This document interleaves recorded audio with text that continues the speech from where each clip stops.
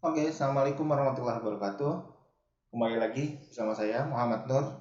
Ya, sekali lagi saya lagi pakai koko karena sebentar lagi mau sholat Jumat ya. Jadi pas mau Jumatan. Saya lanjut ya, adik-adik sekalian untuk penjelasan mengenai pengenalan ilmu biologi secara mind mapping. Nah, sedikit review, sedikit mengulang. Ya, kemarin sudah saya jelaskan tentang bagan urutan ilmu biologi ya atau yang dipelajari dalam ilmu biologi dari struktur terkecil sampai yang terbesar. Nah, kemarin yang terkecil sudah saya jelaskan, yang makhluk hidup yang terkecil itu adalah paling kecil adalah sel. Nah, kemudian sel ini nanti akan bergabung ya, sesuai dengan bentuk dan fungsinya, ukuran yang sesuai itu membentuk struktur dan lebih besar lagi itu jaringan. Nah, kemudian dari jaringan dia bergabung lagi membentuk organ yang sering kita lihat ya, seperti mata, jantung, paru-paru. Nah, kemudian masuk gabung lagi membentuk sistem organ. Ada di sistem organ inilah baru menjadi yang kita kenal dengan nama organisme. Tadi saya katakan siapa itu organisme ya kemarin. Organisme itu kita, masing-masing kita. Ya, satu manusia, ya satu hewan, satu semut. Kalau ada di sekitar kita ada semut atau ada lalat dan sebagainya. Nah, itu adalah udah tingkatan organisme. Nah, yang mau saya jelaskan adalah ya sebenarnya dari sel sampai sistem organ itu pasti akan ada dibahas nanti di kelas 11 atau yang sekarang di kelas 11 atau yang pernah di kelas 11 ya, seperti sekarang ada yang udah kelas 12, yaitu semuanya bahas di sini ya, sel, jaringan, organ dan sistem organ. Jadi selama setahun ya biologinya dibahas di situ. Oke. Nah, kemudian kita pindah langsung lanjutkan ke organisme. Nah, untuk organisme ya, ini mind mappingnya lanjut ya ke mana? Ke whiteboard sebelahnya. Ya, saya pindahkan dulu. Ya, pindah ke whiteboard yang sebelahnya. Ya, maaf kalau agak gelap. Ya, mudah-mudahan masih lumayan jelas ya. Jadi saya pindahkan ke sini bahwa untuk organisme ya, atau individu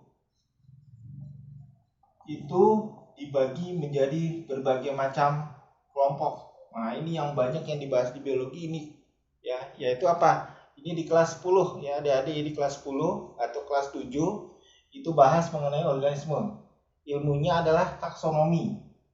Ya, ilmu mempelajari tentang individu atau organisme yang sesuai dengan tingkatannya, itu di cabang ilmu biologinya namanya taksonomi. Ya, taksonomi.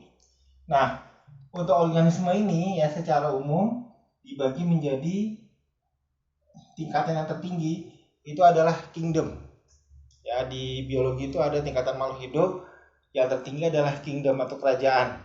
Nah, secara umum ya kerajaannya awalnya ya, sejarahnya dulu ya, dari sejarahnya awalnya dulu hanya 2 kingdom. Ya, hanya 2 kingdom. Apa? Yaitu kerajaan tumbuhan ya, atau bahasa biologinya lantai, dan animalia. Nah, apa animalia? Gampang ya, bahasa Inggris juga ada, yaitu hewan. Nah, dulu hanya dibagi menjadi 2 kelompok besar ini. Ya, bahwa makhluk hidup kalau enggak tumbuhan ya hewan. Kenapa? Yang pertama udah jelas ya, tumbuhan itu diem, animalia bergerak ya. Jadi zaman dulu kalau ada makhluk hidup yang diam, oh itu tumbuhan. Makhluk hidup yang bergerak, oh itu pasti hewan. Ya, terus yang kedua, sesuai dengan perkembangan zaman, ternyata dapat diteliti bahwa tumbuhan itu bisa membuat makanan sendiri. Makanya dia nggak bergerak, nggak masalah. Sementara hewan harus bergerak, kenapa? Karena dia nggak bisa membuat makanan sendiri. Ya, dia akan mencari makan terus menerus. Nah, itu kelompok 2 kingdom. Nah, kemudian pada perkembangan selanjutnya, ternyata dari tumbuhan pecah nih. Ada lagi ya, ternyata ada kelompok plantae itu yang setelah diteliti, loh kok ini tumbuhannya nggak bisa membuat makanan sendiri. Kenapa? Karena dia menempel. Kerjaannya itu menempel. ya bisa sebagai separasit yang ntar kita bahas apa itu parasit, bisa sebagai saprofit. Kenapa? Karena dia nggak bisa membuat makanan sendiri. Oh kalau gitu dia bukan tumbuhan nih, lain lagi. Nah makanya masuk lagi ke kelompok yang ketiga, yaitu yang kita kenal dengan nama jamur atau bahasa biologinya fungi. Nah jamur ini adalah kelompok makhluk hidup yang dia seperti tumbuhan tapi nggak bisa membuat makanan sendiri, gitu ya. Nah kemudian ada lagi setelah diteliti ternyata beda dengan yang lain ya. Kalau tumbuhan, animalia sama jamur ketika diteliti di mikroskop itu ternyata selnya banyak ya, selnya banyak sekali ya, nggak terhitung, banyak sekali. Tapi atau lebih dari satu lah. Atau ternyata apa? Ternyata pada perkembangan selanjutnya ditemukan makhluk hidup yang bersel satu. Waduh, berarti ini beda nih. Beda dengan tumbuhan, hewan sama jamur. Nah, makanya keluar lagi yang disebut dengan nama kelompok protista. Nah, protista ini adalah hewan yang bersel satu. Ya nanti belajar contohnya apa, amuba ya, paling terkenal amuba misalkan. Nah, ini kelompok yang keempat dari makhluk hidup. Nah, kemudian pada penelitian selanjutnya dicari persamaannya ya antara tumbuhan, animalia, jamur yang selnya banyak dengan protista yang selnya cuma satu. Ya ternyata persamaannya apa? Ya persamaannya adalah di dalam selnya, baik yang banyak maupun satu itu ada intinya, yaitu nukleus. Ya ntar belajar nukleus itu adalah ya seperti otaknya gitu ya, otaknya sel. Jadi pusat koordinasi seluruh aktivitas sel, nah itu adanya di nukleus. Nah ternyata ada hewan yang pas diteliti atau sel yang diteliti makhluk hidup ya, diteliti nggak ada tuh inti selnya. Oh berarti bukan 4 kelompok ini ya, sehingga keluar lagi yang disebut dengan nama kelompok Monera. Monera ini ciri khasnya adalah prokariotik ya. Prokariotik itu tidak punya membran inti atau tidak punya inti. Kalau yang 4 ini namanya eukariotik atau punya inti. Nah, pada perkembangan yang terakhir diteliti lagi. Ternyata baik tumbuhan, animalia, jamur, protista sama monera itu memiliki persamaan apa? Semuanya ya, semua hewan yang 5 ini itu benar-benar makhluk hidup. Ya, jadi udah kesimpulan dasar, pokoknya ini makhluk hidup. Gitu ya. Karena awalnya beda, terus beda lagi. Akhirnya para peneliti, wah udah pokoknya ini makhluk hidup deh. Udah nyari kesimpulan gampangannya aja. Nah, ternyata apa? Ternyata ada peneliti ya dari Rusia menemukan, loh ini kok makhluk hidup yang nanti pada suatu saat dia mati, mengkristal. Nah ini yang lagi rame sekarang ya. Nanti pada kondisi selanjutnya ketika dia mengkristal, dia hidup lagi dan seterusnya ya. Jadi sehingga makhluk hidup ini disebut juga makhluk hidup peralihan. Dia bisa makhluk hidup, dia juga benar mati. Nah muncullah yang kita kenal dengan nama virus ya, atau virus. Jadi virus ini dikenal juga dengan organisme atau makhluk hidup peralihan. Ya, peralihan antara benda mati dan makhluk hidup. Nah, inilah tingkatan organisme yang akan adik-adik bahas di kelas 10 atau yang sekarang ya dibahas di kelas 10. Itu semuanya akan dibahas di sini. Ya. Ada sekitar waktu 5 menit ya, sedikit Pak Nur jelaskan ya, ini tambahannya aja. Nah, untuk tumbuhan ini gambarnya aja itu dibagi menjadi 2 kelompok.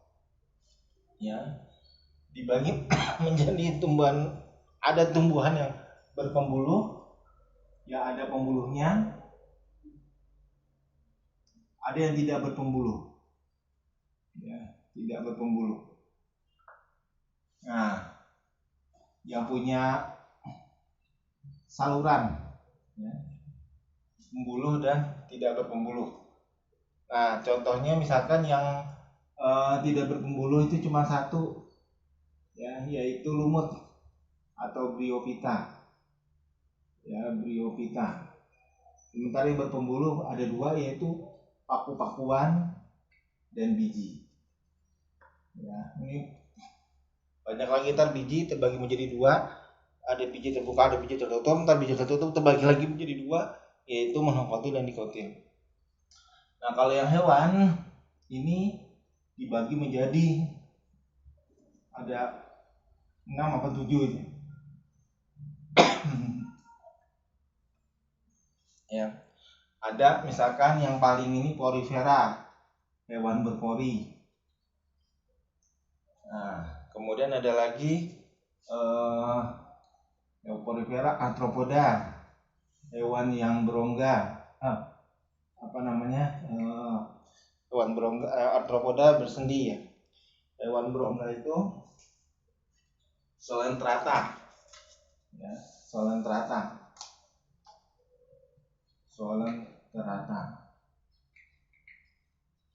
Ada lagi hewan lunak, moluska. Ada lagi tadi arthropoda. Arthropoda hewan yang beruas-ruas atau bersendi-sendi.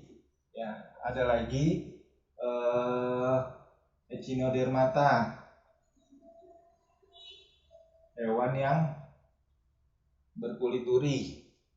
Ya, arthropoda, Echinodermata, moluska. Nah, kemudian ada lagi kelompok Chordata, ya, hewan yang memiliki chorda dorsalis atau sumbu tulang belakang. Ya, jadi sumbu tulang belakang itu yang membentuk ya tubuh biasanya. Jadi tegak, jadi lurus dan sebagainya. Nah, ini bahas masih ada lagi sebenarnya ya, tapi sebagai gambaran aja. Nah, kemudian jamur ini ada 4 ya. Ada 4. Ada yang disebut ya dengan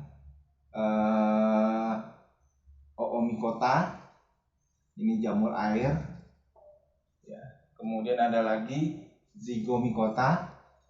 Nah, ini yang kalau adik-adik makan tempe, nah adik-adik makannya ini Zygomycota ya, Zygomycota. Ada lagi Basidiomycota.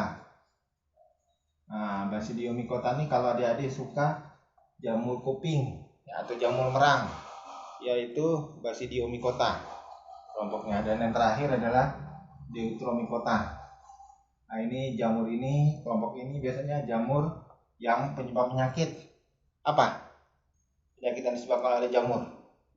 Banyak penyakit kulit ya. Nah, itu yang penyebabnya adalah kelompok Deuteromycota ini. Nah, kemudian Protista. Ya, Protista ini kelompok yang bersah satu. Nah, ini ada 3. Ada yang menyerupai tumbuhan, ya, seperti, jadi menyerupai atas 3-nya, seperti tumbuhan, seperti hewan, sama seperti jamur. Nah, gitu ya. Nah, kemudian yang Monera juga, ya, di sini kelompok yang tidak memiliki inti sel ya, atau yang bersifat prokariotik ya, prokariotik. Kemudian yang terakhir virus, ntar pembagiannya banyak lagi. Nah, ini ya adik-adik sekalian, pengelompokan dari urutan kelima dari organisme ya, semua hidup. Nah, setelah organisme apa? Nah, nanti kita bahas besok. Organisme itu berkumpul membentuk struktur yang lebih besar lagi yang kita kenal dengan nama populasi. Apa itu populasi? Besok kita bahas. Setelah populasi apa? Komunitas. Ya, kumpulan dari populasi adalah komunitas. Ya, setelah komunitas apa lagi? Ya, kumpulan komunitas itu adalah ekosistem. Ya, membentuk yang dikenal dengan nama ekosistem. Ya, dan seterusnya. Ya, ada lagi biosfer, kelompok yang ekosistem ya. Nah, sampai sini dulu ya, nanti kita bahas pada pertemuan berikutnya. Ya, demikian dari Kak Nur.